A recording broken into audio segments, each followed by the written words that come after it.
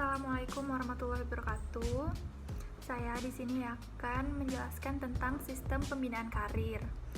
Perkenalkan, saya sendiri, nama saya Dila Zainatun. Saya berasal dari kelas 3C, jurusan Administrasi Bisnis, Prodi Administrasi Negara. Sistem pembinaan karir yaitu didasarkan pada Undang-Undang Nomor 8 Tahun 1974 dan Undang-Undang Nomor 43 Tahun 1999. Pembinaan PNS dilaksanakan berdasarkan sistem prestasi kerja dan sistem karir, dan dititik beratkan kepada sistem prestasi kerja. Pengertian dari sistem prestasi kerja itu sendiri adalah sistem kepegawaian untuk pengangkatan seseorang dalam suatu jabatan yang didasarkan atas kecakapan dan prestasi yang telah dicapai. Dan sistem karir yaitu sistem kepegawaian untuk pengangkatan pertama seseorang didasarkan atas kecakapan dan pengembangannya lebih lanjut. Maka pengalaman, kesetiaan, pengabdian, dan syarat-syarat objektif lainnya turut ditentukan. Pada formasi PNS terdapat pada PP nomor 97 tahun 2000 dan PP nomor 54 tahun 2003, yaitu memuat jumlah dan susunan pangkat PNS yang diperlukan dalam suatu satuan organisasi negara untuk mampu melaksanakan tugas pokok dalam jangka waktu tertentu. Tujuan formasinya yaitu agar dalam satuan organisasi negara dimaksud dapat mempunyai jumlah dan mutu pegawai sesuai dengan beban kerja yang diperlukan.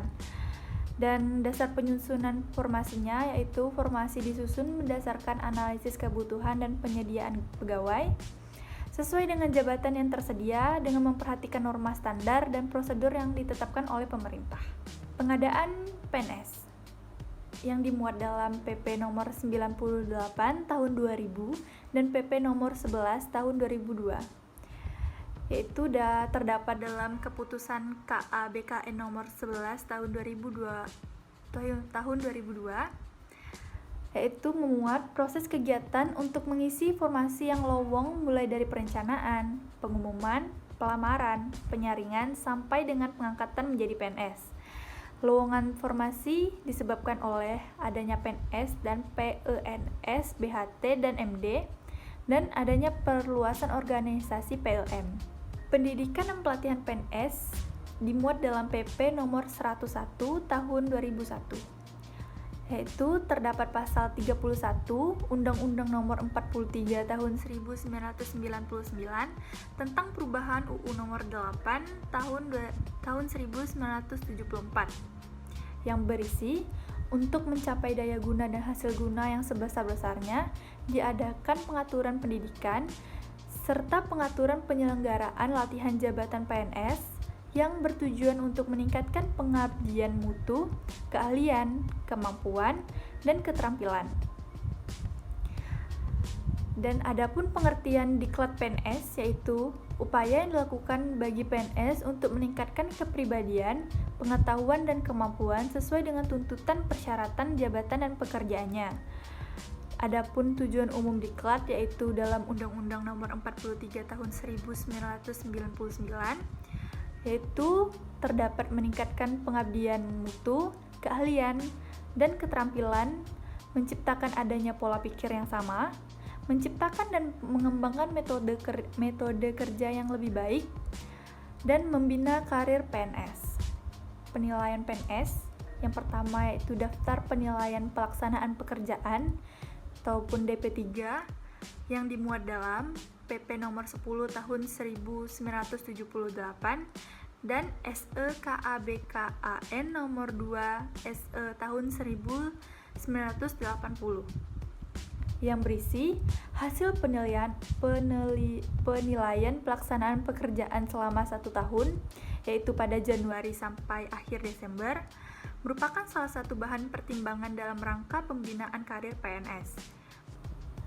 Terus terdapat pihak-pihak yang terlibat dalam penilaian, yaitu yang pertama atasan penjabat penilai, yaitu atasan langsung dari penjabat penilai tersebut, yaitu penjabat penilai adalah atasan langsung pejabat yang dinilai, Yaitu yang terakhir, pegawai yang dinilai adalah bawahan langsung dari penjabat penilai.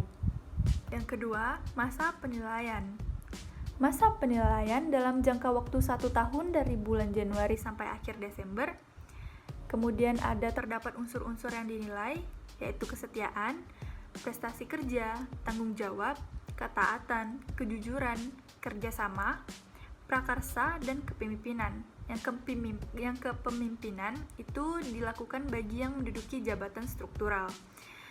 Terus ada sebutan dalam penilaian, yaitu yang pertama amat baik, yang berisi nilai 91 sampai dengan 100, yaitu kemudian baik 76 sampai dengan 90, cukup yaitu dengan nilai 61 sampai dengan 75, yaitu sedang ada 51 sampai dengan 60, dan kurang yaitu 50 ke bawah. Yang ketiga yaitu penilaian. Yang pertama, penilaian dilakukan pada akhir bulan Desember. Pejabat penilai baru dan berwenang menilai bawahan langsungnya apabila 6 bulan membawahi pegawai yang akan dinilai. Dan khusus bagi CPNS yang akan diangkat menjadi PNS, dibuat dalam 1 tahun bersangkutan setelah CPNS itu sekurang-kurangnya telah 1 tahun sejak nyata melaksanakan tugas. Yaitu yang kedua, penyampaian DP3. DP3 disampaikan kepada PNS yang dinilai apabila tidak ada keberatan terhadap unsur-unsur penilaian, maka PNS tersebut wajib mencantumkan tanda tangan untuk kemudian oleh pejabat penilai disampaikan kepada atasan pejabat yang guna ditandatangani, dan DP3 akan berlaku sah. Terus ada keberatan. Yang pertama, PNS dapat mengajukan keberatan secara tertulis dan pada kolom catatan diajukan selambat-lambatnya selama 14 hari setelah menerima DP3 dari pejabat penilai tersebut. Yang kedua, pejabat penilai memberikan tanggapan dan kemudian disampaikan kepada atasan penilai selambat-lambatnya 14 hari sejak menerima keberatan dari pegawai yang dinilai. Terus yang ketiga ataupun yang terakhir, jika alasan dari pejabat penilai terhadap keberatan dinilai termasuk akal dan wajar, nilai tidak dirubah dan kemudian ditandatangani. 4. Yaitu penguji kesehatan PNS, yaitu terdapat pada PP nomor 26 tahun 1977, yaitu kedudukan pegawai negeri yang bertugas memberikan pelayanan kepada masyarakat secara profesional, jujur, adil, dan merata dalam menyelenggarakan tugas negara dan pembangunan sangat membutuhkan kesehatan jasmani dan rohani yang baik. Untuk itulah diperlukan pemeliharaan kesehatan dan pengujian kesehatan bagi PNS tertentu dan CPNS untuk menjadi PNS. Terus ya terdapat ketentuan, yaitu pertama permintaan pengujian kesehatan. Permintaan pengujian kesehatan dilakukan oleh PPK atau pejabat yang ditunjuk untuk mengajukan permintaan pengujian kesehatan. Terus yang kedua, yang berwenang menguji kesehatan PNS. Yang berwenang menguji kesehatan PNS adalah yang pertama yaitu dokter penguji itu sendiri, yang kedua tim penguji kesehatan, yang ketiga tim khusus penguji kesehatan yang bertugas. Terus yang terakhir yaitu terdapat penghargaan.